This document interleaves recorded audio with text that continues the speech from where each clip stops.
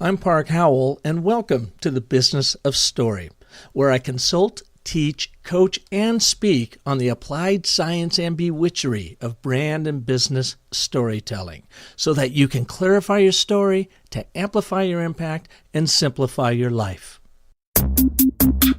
I thought it was just a stupid picture of a pig in the ocean. But after hearing that story, I had to have it. Now I wasn't just buying a picture. I was buying a story. Story literally made the picture worth more money to me. That's what businesses are about. People buy brands. People buy stories much more than anything else. I work with a lot of big enterprise companies, but let's just say I always tell folks, drop the PowerPoint, close your laptops, start with your story. If you want people to get engaged and you want people to act, you have to tell them an emotionally powerful story. That's with great characters, it's with uncertain outcomes, and it's with high stakes and drama. All business strategy is a story.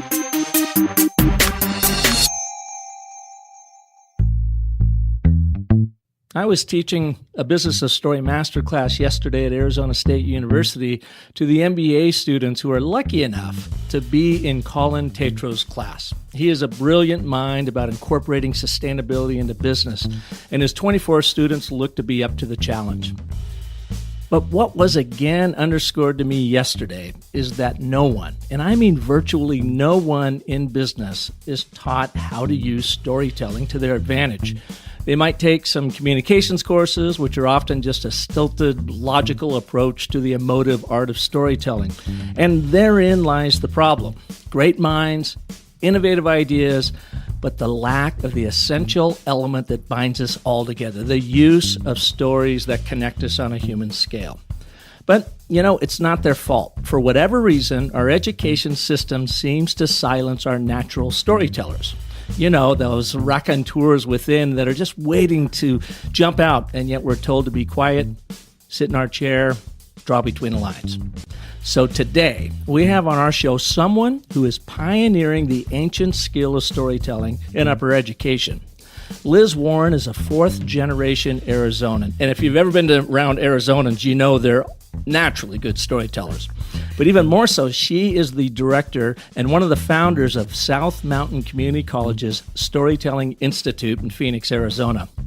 The Institute received the Maricopa Community College's 2016 Diversity Award and the 2014 New Times Best of Phoenix Award for the best place to learn to tell tales.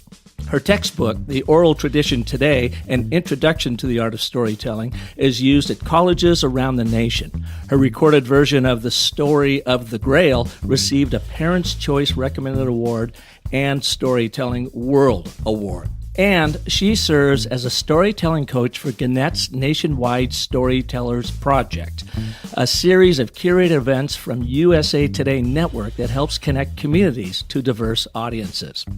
In July 2014, Liz received the Oracle Award for Service and Leadership from the National Storytelling Network. In September 2014, she was also named the New Times list of 100 creatives in Phoenix. She spends most summers in Ireland, lucky her, teaching for Mesa Community College's Study Abroad Ireland program. The Arizona Humanities Council recently awarded her the Dan Schilling Award as the 2018 Humanities Public Scholar. So no wonder I am so excited and so honored to have Liz with us today on the Business of Story. Liz, welcome to the show. Thank you so much, Park. Wow, that is quite a list of credentials around the world of storytelling. Well, it's become my life's work, and I couldn't be happier doing it. I'll say that. So we start off, and at the very top of your bio, you are a very proud fourth-generation Arizonan. And as a guy who moved here from Seattle back in 1985, so I've been here over half my life, the one thing I find with Arizonans are those that represent a second, third, or fourth generation, and they're always very proud of it. Why is that? Well, I was taught to be proud of it, really. My great-grandmother was born around the 1880s up near Fort Whipple, and my grandmother, who was the storyteller in our family, was born in Walker, Arizona in about 1900. And what made her the storyteller? Well, talent, I think, first of all, and also because she really loved the people and the land that she grew up in. And she always had a sense of the of the history of it. She always knew that they were doing something that hadn't been done before. And that was what, pioneering the West, basically? They were pioneers. Her family, they were miners, and they had a silver claim in Walker, Arizona. And later, one of my favorite stories about her is when the family went down to Cananea to run the copper mine down there, and they got chased off by Pancho Villa. Oh, really? Yeah. And if we have time, I'll tell it to you later. She loved Arizona. She knew Arizona well. She traveled it frequently. She had a great affinity for Native American culture and heritage and art, and felt connected to the land. She loved to tell stories about how, of course, they had cars early on, but they weren't common. So she would talk about riding horseback, all through the Bradshaw Mountains, from up near Cordes Junction on down into Phoenix or wherever. They rode. They'd ride for days. So they'd really see the territory. They would and really see the territory. Come across some characters along the way. Yeah. And she became her second husband. Her first husband died in the flu epidemic. And her second husband, who was the love of her life, they bought and lived at the general store in Skull Valley, Arizona. And she was the postmaster there. And it's a tiny little place just where the road and the railroad track cross. Skull Valley, Arizona. Skull Valley. Yes, Skull Valley. But it served all the ranches around there. So it was always busy. And there's a great Arizona Highways article that was published about her and Skull Valley in the late 40s. And it shows a picture of some of the old timers that would come in and just sit and tell stories in the store for hours and hours. And so she learned all those stories, and she learned to respect those people and what they'd done. And she knew her own history, and she wanted to make sure we knew it. So anytime we sat down for a meal, we'd sit down for Sunday dinner, for example, maybe at 1 o'clock, and we'd still be there at 6 o'clock because Grandma would be telling stories, and they'd just bring the leftovers back out, and we'd hear about her family, the people she grew up with. And then, of course, we'd hear our own stories told back to us so everybody could laugh at us. So she was really brought up in an oral storytelling tradition, and that's how they captured what had happened in their families and the nation as the nation was growing. And so it was a natural. And you had said at the top of this that she had a talent for it. Now, does everyone actually have to have a talent to become good at storytelling, or at least being able to connect people? No, absolutely not. And I know you've seen that. You've seen that too. Story is the fundamental way that we communicate and share knowledge and share the values and ideas that are important to us and that we want to continue down through the generations. It's how knowledge has been shared and preserved since the beginning of time. So everybody can do it, and everybody does do it. Now, that being said, of course, there are people who have a special talent, and my grandmother was one of those people. And they're comfortable with it. They can elaborate. My sister is very comfortable with storytelling, and she has a daughter, Megan, who is unbelievably comfortable in storytelling. I mean, half the time you're like, really? But it's great to listen to them. Yeah. So we know that storytelling has been around since the beginning of time, and it's a powerful oral tradition. But why don't we use it in business, and why is it not taught in academia? Well, that is a question that's on my mind a lot, Park, is why are we not teaching it more in academia? Now, we have a 30-credit academic certificate in storytelling. So I like to say that South Mountain Community College invented storytelling as a discipline. Well, how long ago? When did you start? Over 20 years ago, 1995. This is when the Storytelling Institute started? You've been doing it for that long. Yes, we have. So you were so ahead of your time that it probably wasn't relevant in a lot of people's minds. They thought, it wasn't. No, they didn't understand it. But I think what's happened, and I know that you've seen this as well, is that with the influx of all the new technologies that we have, and believe me, I'm as devoted to my smartphone as any 18-year-old, but those technologies can isolate us. And I think that is what has created such a need and interest for storytelling in our community now. So we see now nights of live storytelling all over the nation. Phoenix, for example, has one of the most vibrant storytelling scenes in the nation. You can see storytelling 5 nights a week. And you coached there, Megan Finity, kicked this off a few years ago, the Arizona Storytelling Project, but it has now grown nationally. Yep, 23 cities. It's kind of like Gannett's version of The Moth. It is. Right? And what Megan realized and capitalized upon and has become clear to her leaders in Gannett is that the aims of traditional storytelling and journalism are really quite well aligned. Yeah. To inform and to connect. And that is at the base of storytelling. You're so right. Yes. And yes, there's nothing wrong with being entertained in the process, but how do you inform? How do you connect? How do you build community? And I would argue you start by entertaining them. Well, of you course open do. their heart up, You do. and then You you absolutely start, do. Then the you slip Trojan the facts horse. in. Exactly. Now, I had Megan on the show here like 2 years ago. So for you listeners, if you want to get in the crazy mind of Megan Finity, check out our show number 19. We called it Driving Business Results with Your Personal Story. I went to my very first Arizona storytelling project and watched it with my wife just prior to that episode. And I was blown away at how good they were and how great she was on stage directing traffic. Oh, she's fantastic. We would not have this project in Arizona or around the nation without her. Yeah. And she's another one of those people like my grandmother who has a natural talent for it, a natural affinity for it, understands its power deeply, and is able to communicate that to other people. And that's why we see this. But to your other question about why we don't see people being trained in this in business, I really think that business colleges around the nation are missing the boat, because when you go to Google and you put in business and storytelling, you literally get millions of hits. Yes. Park, millions. Yep.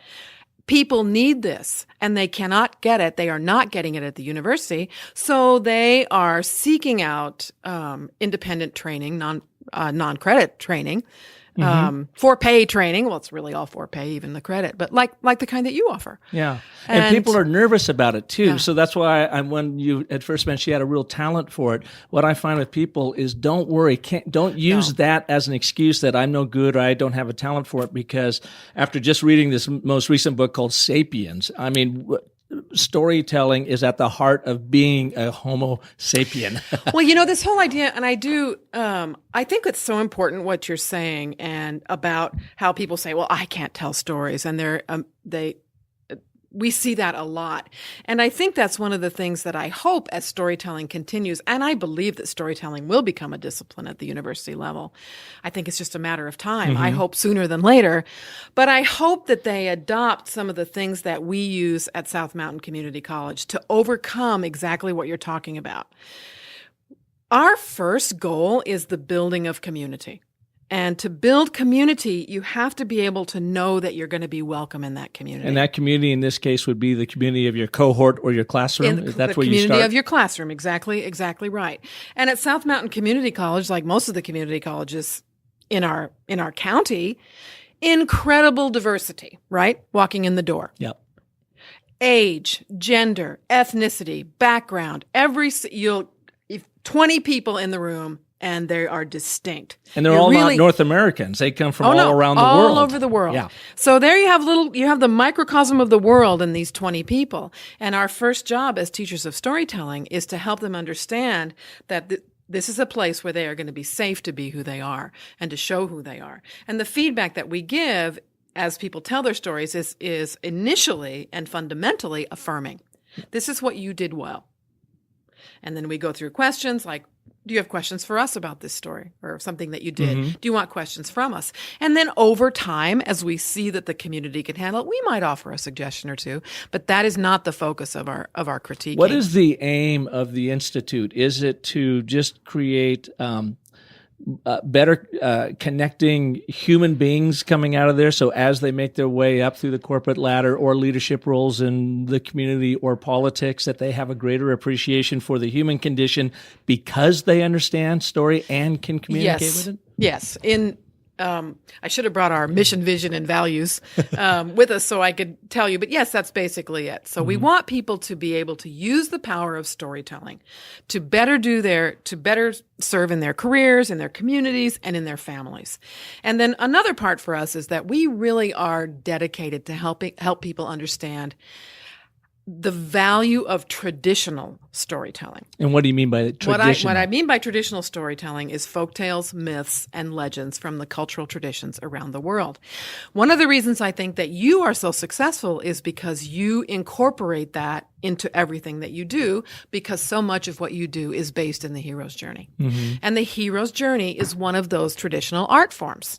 right? Yep. It's one of those traditional structures. It's a framework from Joseph Campbell, for those of you that are unaware of it, America's foremost mythologist. And I will tell you, I was at Robert McKee's famous story, a 4-day screenwriting course back in 2010, not to become a screenwriter, but to figure out, what could I learn from screenwriting practice that we could use in our daily lives in business. And I asked Robert McKee, and he's a crotchety old son of a gun.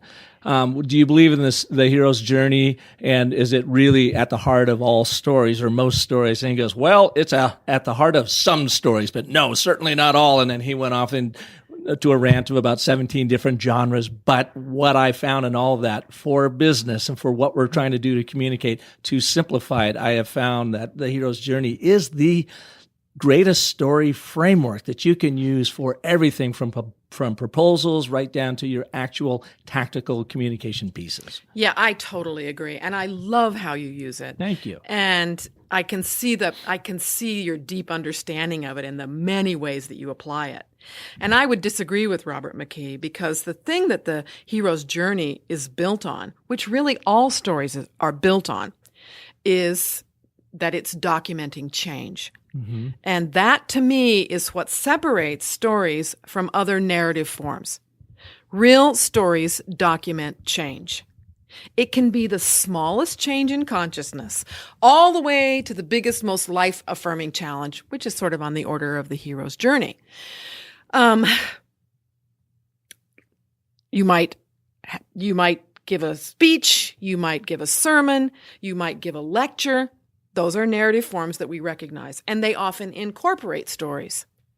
But the story itself is the unit that documents the change. And the one thing I would say on that too is the hero's journey. I think people get caught up in thinking it has to be this big epic journey, but I found, Liz, that it doesn't, that you see the hero's journey happening every day. So let me just give you an example. Last week, I was in my ordinary world here working away on a Thursday, and at 1:40, I had to go into the new and extraordinary world of my dentist office. Now, I'd been there before, so it wasn't so new, but it was extraordinary in that they had to extract my bottom left molar. So talking about going through that and the pain of coming out of that. And as I was sitting there, I'm not good when they're working on my teeth. And, I've had root canals and I've gone through all that, but I got to tell you what, this was horrible. I hated it.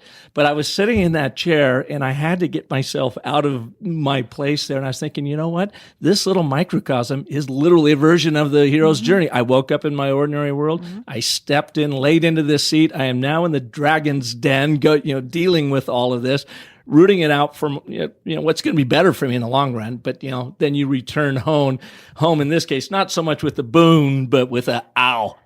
But the hero's journey, and I say that in kind of a tongue-in-cheek, pardon the pun, way, because the hero's journey, we can see it everywhere in the small little moments in our lives, how it happens, and those dastardly things that happen to us, and we become a victim and say, why me, why me, why me, when in reality, it's just the way the universe works. It tests us through these dark moments of the hero's journey. You're absolutely right. One of my students once used the structure of the hero's journey to construct a hilarious story about going to get her car registration.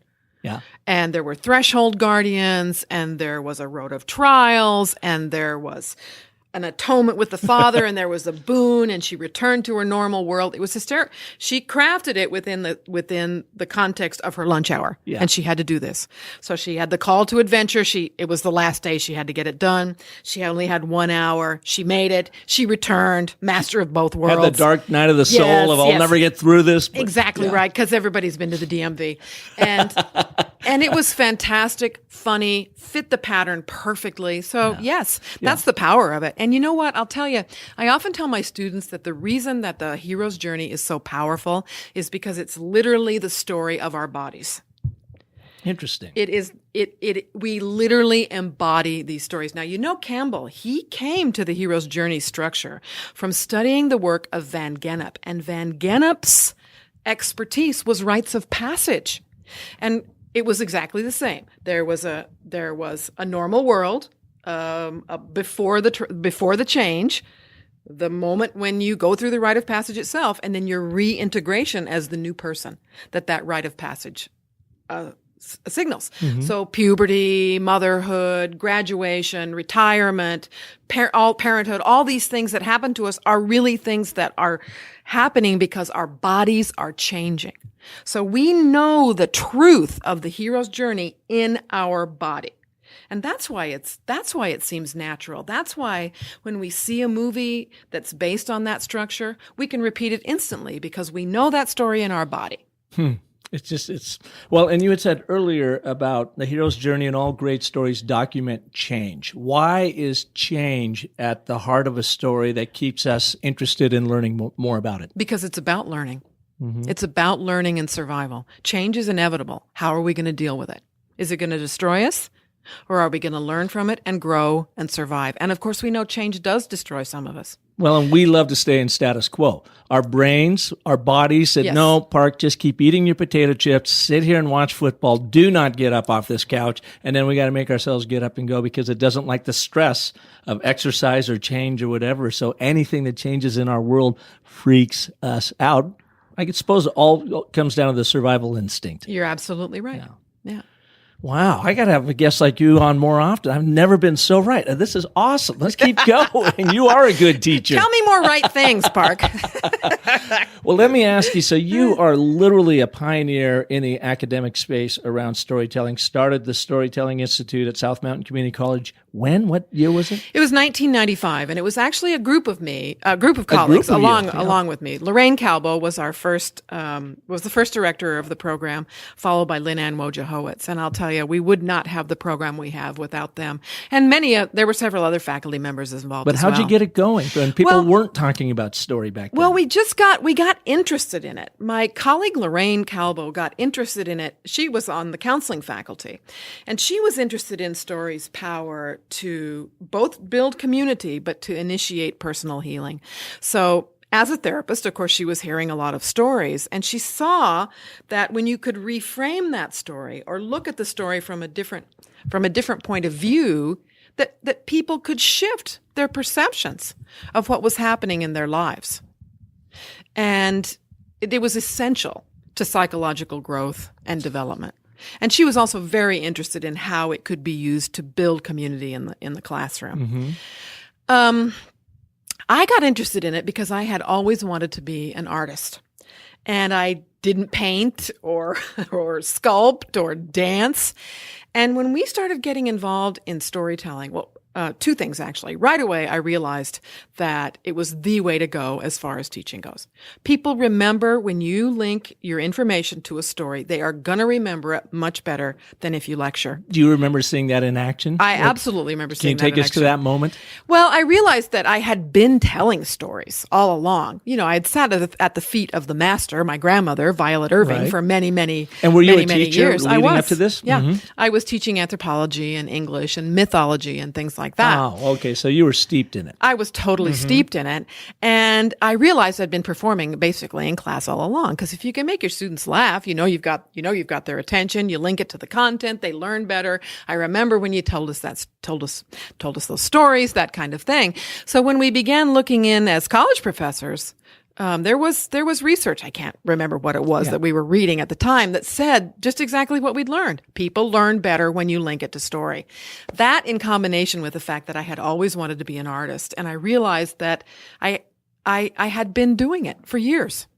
I was making people laugh. You were a story artist. I was the dinner table entertainment everywhere I went for years. Family, friends, wherever. That's awesome. So my own desire to become more of an artist, understanding that it worked better in terms of just the pedagogical aspects, our understanding of how it could build community in our classes, that brought a lot of faculty together to move forward on it. And we were aided by wonderful mentors and instructors.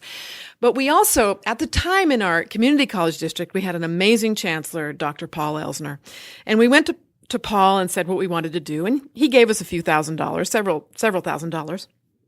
We went to another part of our community college, our Center for Teaching and Learning. And it was the end of the year and they had some money they needed to get rid of. And they gave us some money.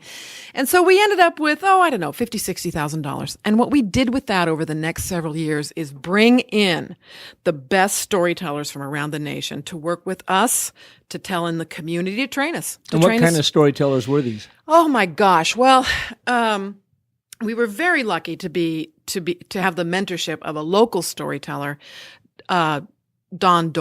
Dr. Don Doyle. He'd been a theater professor and got involved in storytelling and got on the national board and started telling stories all throughout the community and teaching his students how to tell stories. And so he helped us. He helped us a lot by figuring out who we should talk to and who we should bring in. So we brought in Donald Davis, who I believe is still probably America's preeminent traditional storyteller, although he works primarily in what he calls original stories, which are stories of family and mostly family and his own life. His training was at the feet of his grandmother, who was a traditional storyteller, and you can see the influence of that in his work. I'd say Donald Davis has probably had the biggest influence on us as a storytelling institute. But then Olga Loya, I'm seeing faces and not putting names to them. Well, in the Donald moment. Davis, for instance, so did he bring insights into story structure to Absolutely. you? What did you learn and how are you applying them? Can you share some of those with us? And you're absolutely right. And it was primarily structure that we learned from Donald. I'd say that's his longest lasting gift. That and his ability to introduce emotion. So Donald's stories are always deeply emotional, and he does that through creating images.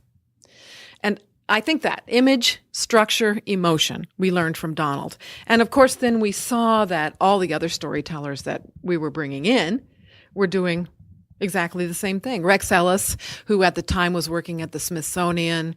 I think I mentioned Olga Loya. Can you give us an example of a story that has that image, structure, and emotion to it? Like maybe it's a go-to story that you have with your students. Well, I'll tell you a story that I've been telling a lot recently, and it's a little traditional story as opposed to a personal story.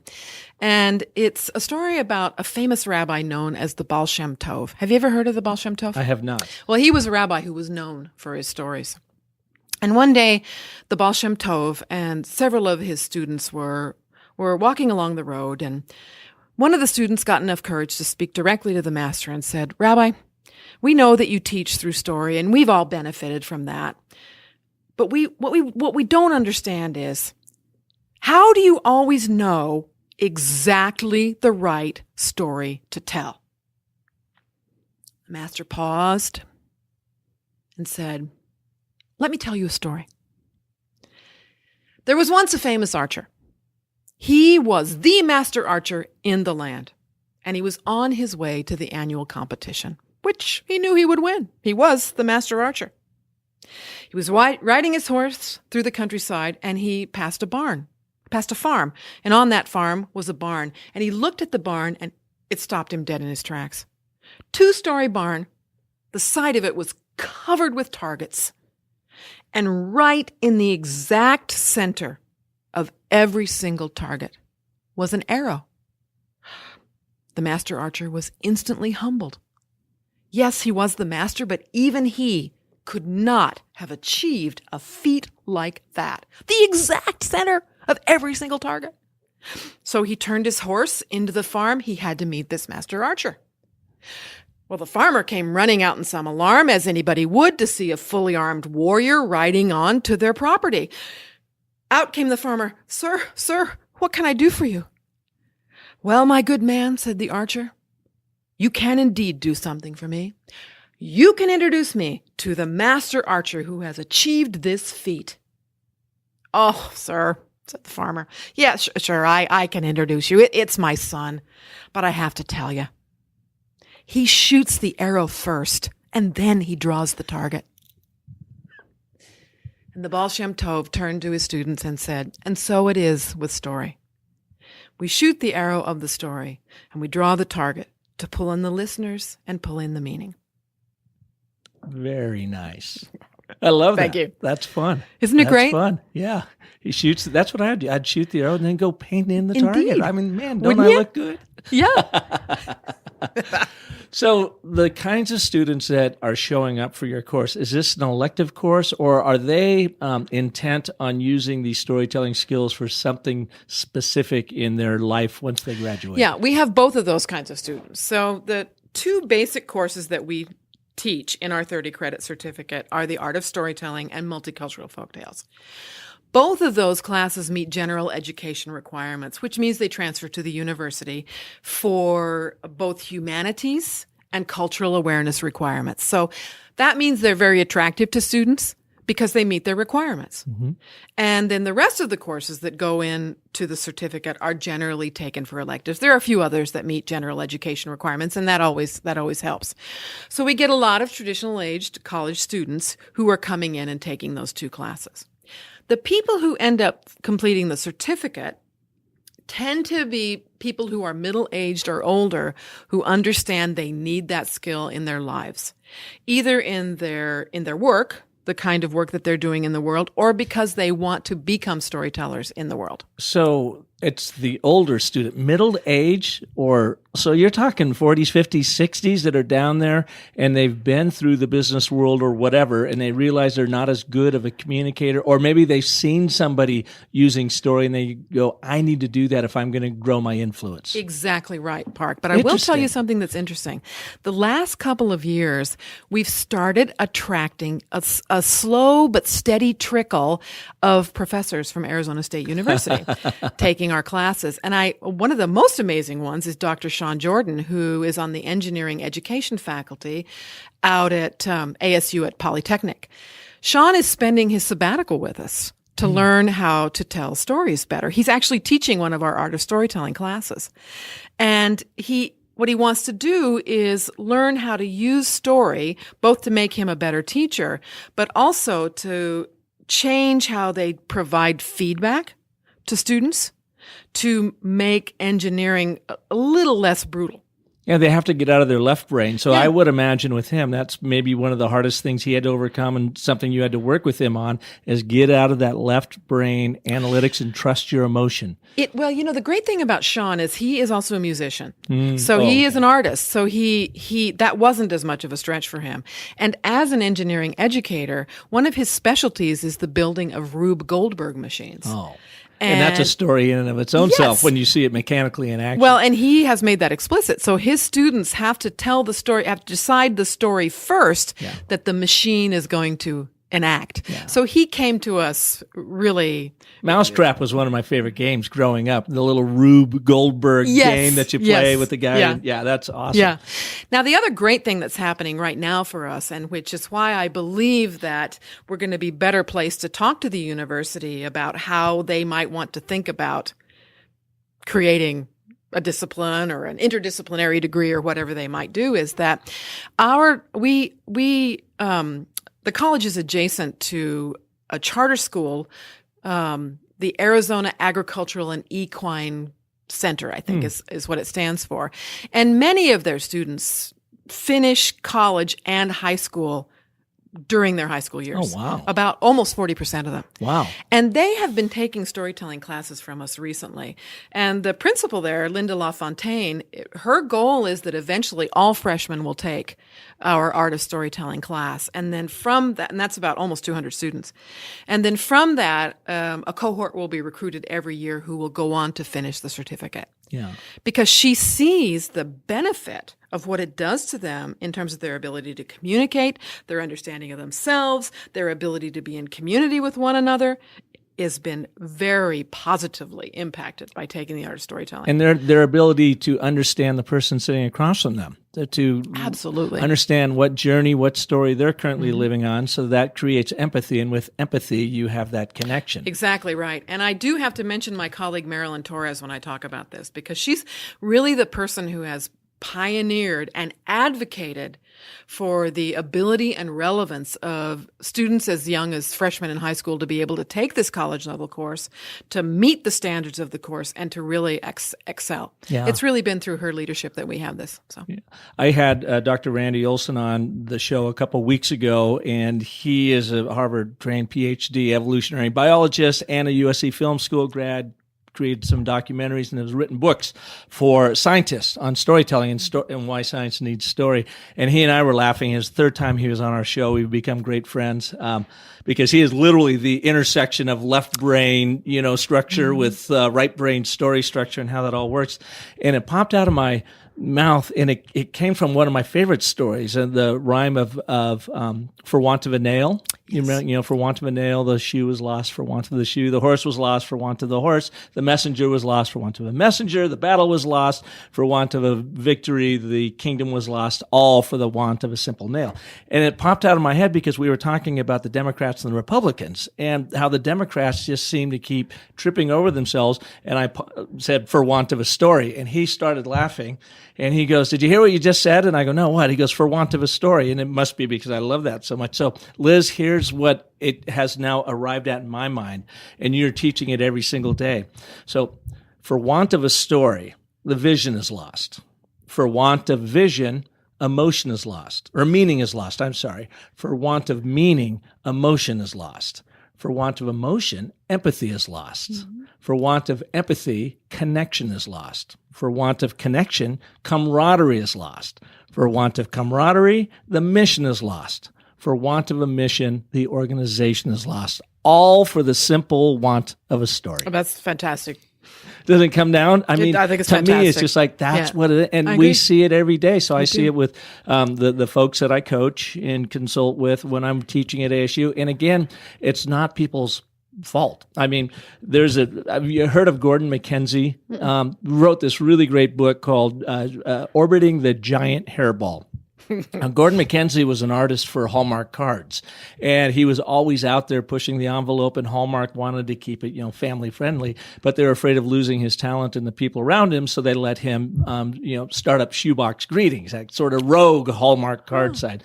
But the thing about Gordon is he loved to go into schools and work with the little kids and help and encourage them to keep their artistry up. So he tells a story of going into the first grade classroom, and he would look around at all the wonderful art up on the wall, and he would sit down with the class and he would say, whose art is this? Who's the artist in the room? He said every single hand would go up, and he'd go, all right, keep at it. He said he could walk down the hallway of that same school into the second grade, walk in, look at the art there, and ask the exact same questions. And he said only half of the hands would go up. Third grade, only a third of them would go up. You would see where this is going. And I think that is true with our storytelling skills, that we were all at the tops of our storytelling games in kindergarten. And our educational systems, our corporate cultures, our uber political correctness gets in the way and stands in the way and tells us to stop telling stories. Be quiet, do it by rote instead of lore, and be the good student, be the good employee, and don't share yourself through the stories. And I think it's just so completely backwards. And I think maybe it's why we have such divide in the world today, is because people have such a hard time finding the common ground because that innate storyteller has been silenced in them. I would have to agree with you. And I think that education is going to have to catch up with that because the workforce has changed. And the needs of the workforce have changed. And we don't need people anymore who know how to do what you and I were trained to do. The cog in the machine. Which is to sit down, read that book, study it, do our homework, get done, and just keep moving. Be disciplined, move on. And it's not, we still need discipline, of course, but we have to figure out how to teach people the skills. How do you read? How do you write? How are you disciplined? How do you get jobs? How do you get your job done? But how do you at the same time bring the brilliance of your personality, your background, what you have as an individual? How do you bring that in as well to enliven what is happening? And that's just as crucial now. Yeah. And in your program, too, you talk a lot about diversity and inclusion, and that is so critical. How are you going to be able to sit across from a very diverse individual that comes from a completely different background than you and not take the time to understand and empathize with them so that you can collaborate if you don't have a good appreciation of narrative and story and what they're going through? And yes, absolutely. And we were talking about this last night in a class I teach called Creating and Telling Personal Stories. And we've got the typical diversity that you would expect in that South Mountain Community College in that class as well. And one of the students told a story. She's a grown woman. She's probably about my age. And my current age is 64. She might be a little younger than me, but she told a beautiful story about growing up in her family and time spent with her grandmother. And on the surface, it was a very simple story about the kinds of things she'd do with her grandmother. But it wasn't a superficial story at all because, of course, it was based on these values, how the values were communicated to her and through the generations, and how that makes her feel about time, and a beautifully constructed story. Well, another student in the class is from the Marshall Islands. Could not have grown up more differently in terms of her physical environment. The first teller was from Cincinnati. This woman from the Marshall Islands, totally tropical environment. But after the story was over, the two of them sat down and talked about how similar their families were in the way that they interacted, in the way that children were incorporated and cared for, in the ways that values were communicated, and the very values themselves. Mm-hmm. So, of course, there are going to be differences between people, but story is such a great way of finding out what the commonalities are. Yeah. And if you can establish some of those commonalities and develop empathy for someone, see how they're connected with you, then you have a more generous foundation if you have to go on to explore the differences. Yeah, it's just story is so universal. There's a company here in town, Forever Living Products, and multi-billion-dollar global company operating in over 150 countries. And I was talking to Aidan O'Hare, their VP of Europe marketing, I think, or whatever, a while ago, and I said, "You guys travel all over the world, everywhere. What do we all have in common? What do we all want that is the exact same thing?" And he said, "Oh yeah, it doesn't matter where you go, doesn't matter what race, doesn't matter even what income level, what country. They want safety for their families, opportunities for themselves and their kids, and the freedom to have choice." He goes, that's universal. And in the storytelling, those are the values and beliefs that you can really live into and connect with people on. Start there and then grow and see where those branches go from. I thought you were going to say that everybody wants lavender cream, because I remember driving up to Lavender cream. Well, isn't Forever Living Products, don't they do Aloe vera. They are the aloe vera company. That's interesting, because I was thinking of a time we were driving up towards Salt Lake City, and we passed these huge fields of lavender, and I mean, we rolled down the windows and luxuriated in the scent of it, and I thought that was a Forever Living farm, but Yeah, well, it may have been. I mean, they have a lot of different products, but they're aloe. Okay. I just thought that was so interesting that it all comes down to that absolute common denominator. And you have to start by affirming that consciously in your interactions with other people and how you set up the work that you do. Whether you're in a classroom like I am, or whether you're working in the community as we sometimes get to do, whether you're doing the kind of training that you do with... Or you're in a business boardroom. Wherever you are. When you remember those things, and if you start your interaction based on that knowledge, that's got to be a bonus, right? Yeah, you would think so. So our listeners are business. They're business folks. They're solopreneurs. They are emerging companies, quite often mom and pop companies. I say that affectionately. They are companies that have an absolute proven business model, and their world is taking off, but they don't have their stories dialed in, so competition is showing up and their brand is not being differentiated because they don't have their story down. They're hiring loads of people every month and they don't have their HR dialed in because they don't have their internal origin story dialed in. So they're having a hard time getting people together. Or what I often hear, Liz, is I was so embarrassed last week when I was sitting down across from either my banker or venture capitalist, and they said, "So what's your story?" And I realized I didn't have one. So from your knowledge and what you teach at the Institute, what are some tips that you can share with our listeners where they could immediately start applying some of these storytelling skills in the work? Well, I think about this a lot, as you might imagine, because people often tell me, I don't have the time. I don't have the time to do this. But I think they have to make the time. And part of it is to realize that the stories are happening around you all the time. And even a little bit of discipline, like having your phone ready with a speak it into it, what happened, or a notepad or whatever, this amazing interaction with a customer, this amazing interaction with an employee. How do they recognize that story? Well, they have to. I think they do have to have some training. I do think they need training from What you. should they look for? They need to look for structure. You know what I tell them? Look for the change. If you can say, if you can help them understand how to feel that moment of change, the moment when the revelation happens, the moment when the reveal comes, when you see, this is what made the difference, or this is why we are happy to work here, or, then the values are revealed in those moments. And when they can start to see the values, then they can start to build the consistent story. And you have to have that change. You do. And then the other things I tell people is, then people say to me, okay, I can do that, but I have all these places where I need story. I can't be developing 100 stories. And that's when I tell them the story about the Baal Shem Tov. Because every story contains multiple values. I often tell people that when you're telling a story, you're dragging a little wagon behind you filled with all the values that are in that story. Because there's always multiple. So if you are conscious of the values that are in the stories that you tell, then you can choose which value that you want to emphasize for whoever your listener is. So if you happen to be invited to speak to the Kiwanis Club, and you can go on their website and find out what their values are, you think about your stories and you go, this one contains that value. I'm going to leverage that as the basis of my talk.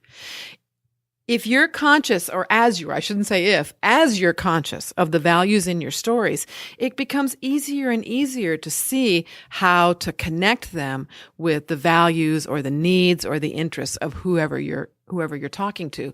So maybe you really only need 10 stories of which you're really conscious, and that becomes manageable. And that value comes down to sort of the moral of the story. So maybe a story about innovation is going to appeal to a prospect sitting across from you, or a customer. And so you go back and you find a true story where innovation took place. It underscores innovation, so that you're not there saying, hey, we are the most innovative company around, because you're telling them that, and it's going to bounce off of them. It's going to ricochet off their defense mechanism. Right. Yeah. But if you tell them a true story that illustrates your innovation, in this case, the value of innovation, then you allow your audience to arrive at the fact that, by golly, you're innovative. That's correct. What we're looking for in somebody. So they become an active part of the story. You're showing them, not telling them. Exactly right. And I think the other thing that sometimes happens in business contexts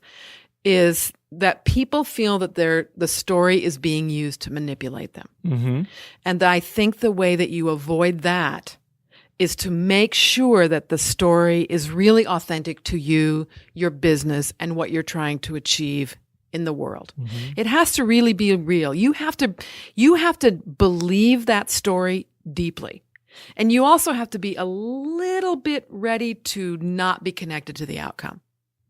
So it's okay if they don't completely buy into it. That's right. Yeah. So if I tell you the story of this innovative product, if I tell you the story of how the innovation that we created helped a certain person in a way that no other product could, and it's a true story, and I know it, I believe it, but somebody says they don't react, well, that's got to be okay. Yeah. At some level. And it actually works two ways. I've seen exactly what you're talking about. If they don't react, sometimes they are reacting inside and they're not showing you, and you don't realize the impact you just had on that person until they bring it up 3 days later in a call and said, you're hired because of that, what you told me about. Or the other thing is, if they don't react and it's not important to that, it may be a value that you don't share. And you know what? They may not be the right customer for you. It's so true. And what you're saying is so true, and it's exactly what we tell storytellers, whatever they're doing as storytellers. It's the same way if you're telling a story on a stage. So the Arizona Storytelling Project, you get up there and you deliver a Led Zeppelin, and it just doesn't. Well, or even if you don't, if you're doing your best work ever and you look out and some people aren't laughing or some people aren't responding, you can't take anything away from that, really. You're so right. That doesn't mean that they're not. And I'll give you another great example of that. So I spent a lot of time in Ireland, as you mentioned at the beginning of the show. Well, Irish storytelling capital of the world. Pretty much. They don't react the way American audiences do. they have a different ethic around that. So when somebody gets up to tell a story, they're very polite. They sit, they nod. If it's super funny, of course they're gonna laugh. But they don't always. They might just nod and smile a little bit, and you feel like you're bombing. Mm-hmm. And then you get off stage and they rush up and they tell you how much they love that story. So you can't always tell how it's landing. The Irish may have more of a story intellect. I mean, it just is so a part of their culture that maybe they just absorb it that way. You don't think I don't think so. I no? really think it's I think you may be right in that it's still more part of their culture. Yeah. It's more accepted in their culture.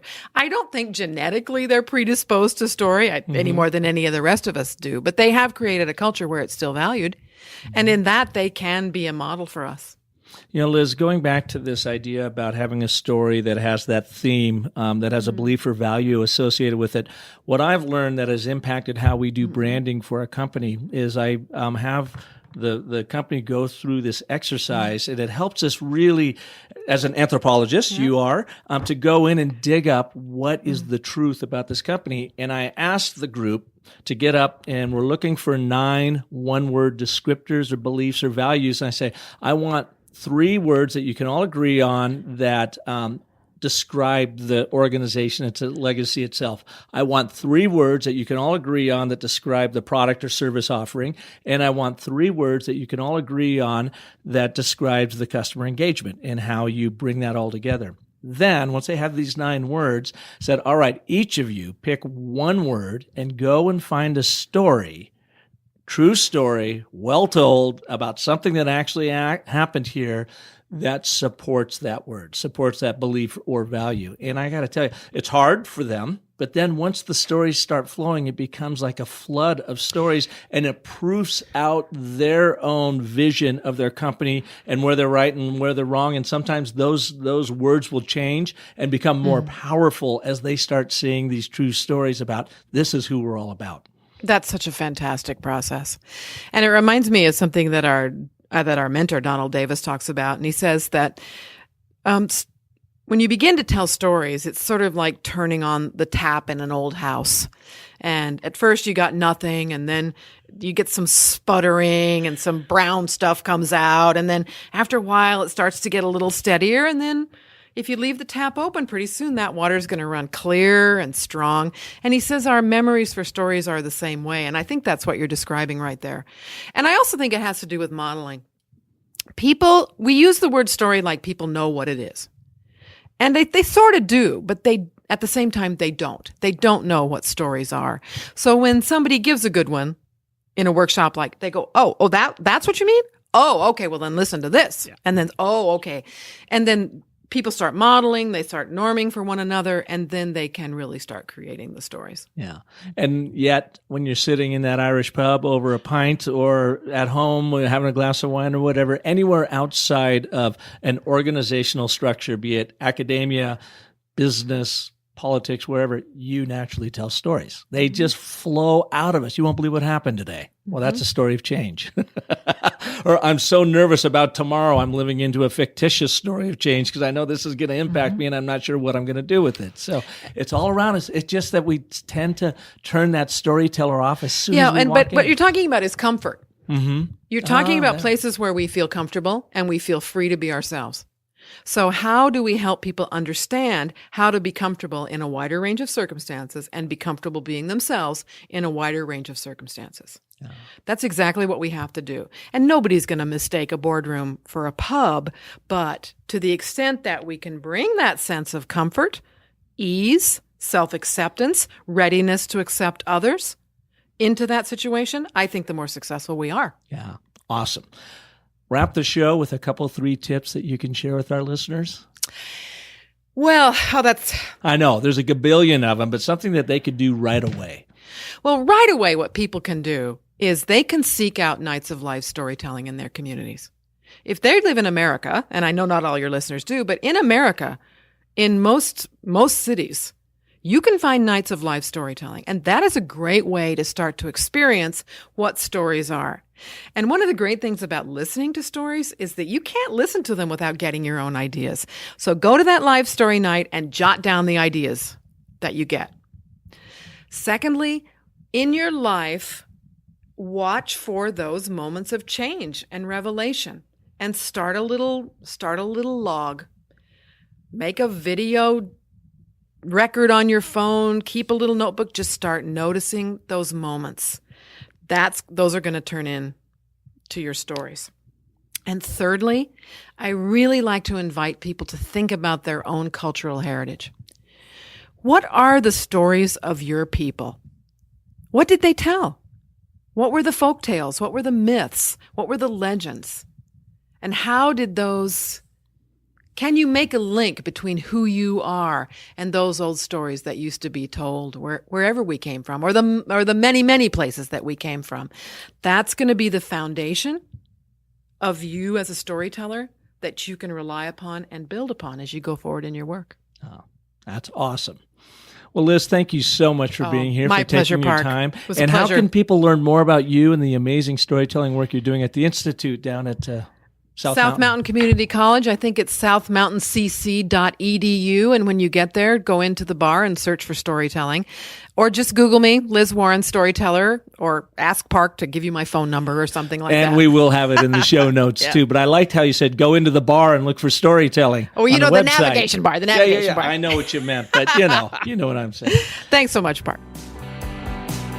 Oh, this has been awesome. And thank you all for listening to this edition of The Business of Story. You know, if I can be of service to you, track me down at businessofstory.com. But even more importantly, if you liked what you heard today and you love the wisdom that came from Liz and you know some people that could also benefit from it, share this episode with them, your friends, your family, your colleagues, because we all benefit as we all build our storytelling muscles. And that's what we're here for. So thank you for sharing the show. And remember to be back with us next Monday when we will have another amazing story artist like Liz right here for you on The Business of Story. And until then, remember that the most potent story you will ever tell is the story you tell yourself. So make it a great one. Thank you for listening.